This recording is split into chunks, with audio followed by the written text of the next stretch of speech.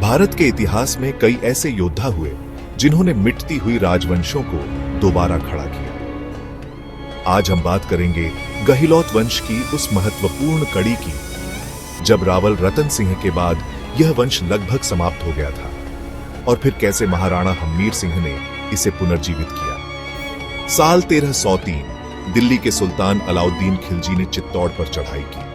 यह वही युद्ध था जिसमें रानी पद्मावती और रावल रतन सिंह की वीर गाथा आज भी लोगों की जुबान पर है। इस युद्ध में रतन सिंह वीर गति को प्राप्त हुए और राजपूत स्त्रियों ने जौहर किया। इस हार के साथ ही गहलोत वंश की सत्ता चित्तौड़ से समाप्त हो गई। इस हार के बाद चित्तौड़ पर मुसलमान शासकों का कब्जा हो गया।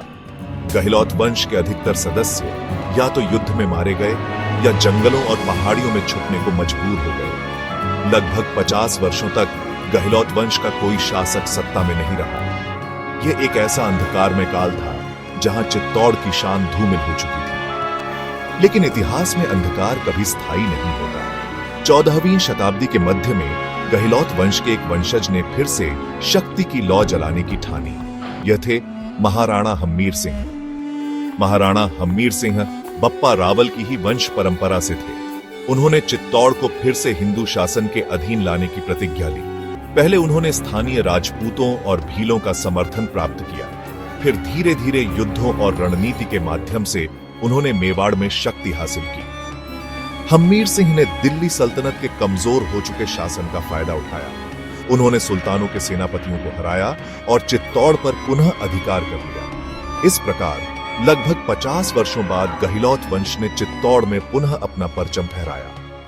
महाराणा हम्मीर सिंह न सिर्फ गहलोत वंश के पुनर्संस्थापक थे, बल्कि वे मेवाड़ के पहले राणा भी बने। यहीं से शुरू हुई महाराणा की परंपरा, जो आगे चलकर महाराणा प्रताप तक पहुंची। तो इस प्रकार रावल रतन सिंह की वीर गति और गहलोत वंश के पतन के बाद महाराणा हम्मीर सिंह ने न सिर्फ चित्तौड़ को फिर से बसाया, बल्कि एक नई गाथा लिखी। एक गाथा पुनर्जन्म की, वीरता की और अस्मिता की।